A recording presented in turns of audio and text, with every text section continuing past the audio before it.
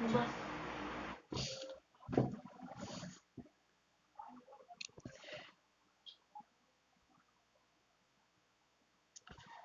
प्यारे बच्चों, आज हम कक्षा 10 की विषय गणित का अध्याय 2 उसके बारे में हम पढ़ेंगे।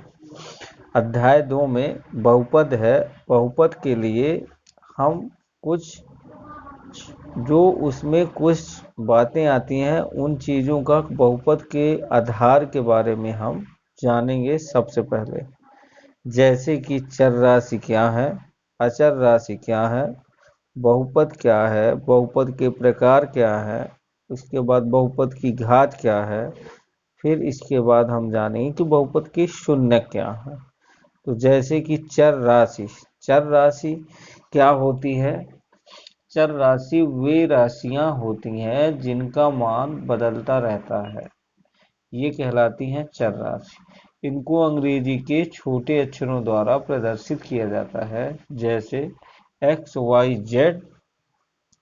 इनका मान कभी नहीं बदलता। अचर राशि वे राशियां जिनका मान अचर राशि वे राशियां होती हैं जिनका मान कभी नहीं बदलता है, अचर राशि कहलाती है।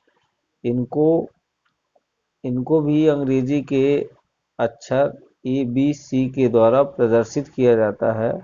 हालांकि कक्षा 6वीं, 7वीं, 8वीं में चर राशि को अंग्रेजी के अक्षरों के द्वारा प्रदर्शित किया जाता था। अचर राशि के द्वारा गणित के अंक या संख्याओं को दर्शाया जाता था।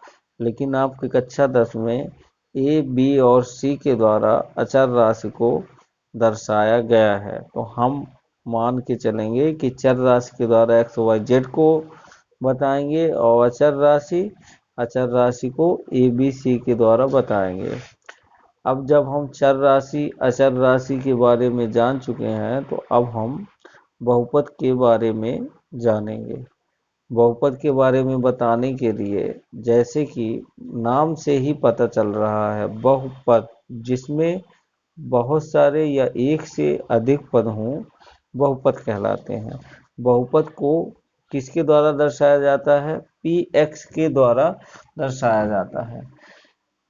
इसके बाद बहुपद के प्रकार, बहुपद के प्रकार हम जो कक्षा 10 में जो सिलेबस में है आपके, उनके बारे में बताएंगे। जैसे कि रैखिक बहुपद क्या है, द्विघात बहुपद क्या है, त्रिघात बहुपद क्या है, इसके बारे में हम बताएंगे। रैखिक बहुपद वह बहुपद होता है जिसकी अधिकतम घात 1 होती है। द्विघात बहुपद वह बहुपद जिसकी अधिकतम घात 2 होती है।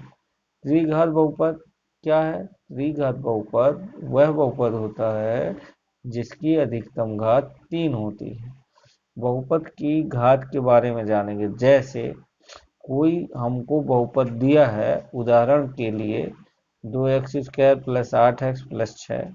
इस बहुपद में हम देखेंगे कि इस बहुपद की घात कितनी है। तो हम सबसे पहले इस बहुपद में देखेंगे कि चर राशि क्या है।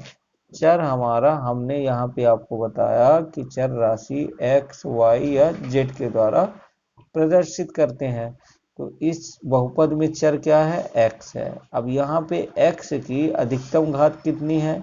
अधिकतम घात 2 है। तो आप कह सकते हैं कि 2x² + 8x + 6 इस बहुपद की घात 2 है।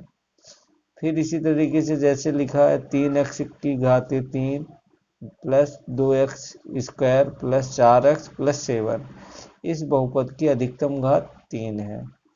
फिर है 2x + 1, इस बहुपद में चर राशि क्या है? x है। x की घात कितनी है? कुछ नहीं लिखा, कुछ नहीं है घात में, तो हम मान के चलते हैं कि 1 लिखा है। तो इस तरीके से x की घात कितनी हो गई? 1 हो गई। जब x की घात 1 हो गई तो दिए गए इस बहुपद की घात कितनी हो जाएगी? 1 हो जाएगी। अब यहाँ पे आप देखिए, हमने आपको यहाँ बताया कि रैखिक बहुपद, द्विघात बहुपद, त्रिघात बहुपद।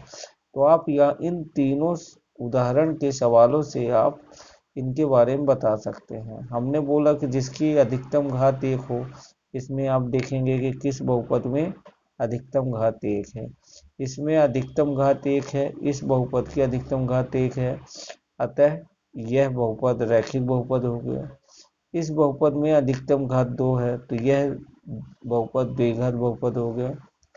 इस बहुपद में अधिकतम घात 3 है, तो यह बहुपद त्रिघात बहुपद हो गया। अब उदाहरण के तौर पर हम ये जानेंगे कि ये घात क्या होती है, आधार क्या होती है। मतलब कुछ बच्चों को अगर हम ये नहीं पता होगा कि घात क्या है, आधार क्या है, तो उसके बारे में बताया गया। जैसे फार्मूला है, एक स्ट्रक्चर अगर आप मान लें कि आधार है, आधार के बाद कोष्टक रहेगा, उसके ऊपर घात लिखा रहेगा। उदाहरण जैसे x की घात 2, तो यहाँ पे जो कोष्टक के अंदर रहेगा उसको आप आधार कहेंगे, और जो कोष्टक के ऊपर साइड रहेगा उसे घात कहेंगे। तो इस तरीके से यहाँ x आधार x है, घात 2 है, यहाँ आधार x है, घात 3 है, यहाँ आधार 2 है और घात 4 है। घात का मतलब होता है जितनी घात रहेगी, आधार की जितनी घात होगी उस आधार का उतने बार गुणा किया जाता है। अब इसके बाद हम जानेंगे कि बहुपद के शून्यक के बारे में जानेंगे। बहुपद के शून्यक के बारे में हम अब अगली वीडियो में आपको बताएंगे कि बहुपद के शून्यक क्या हैं, उन्हें कैसे ज्ञात किया जाता है, बहुपद के शून्यक और गुणांकों के बीच में संबंध क्या है।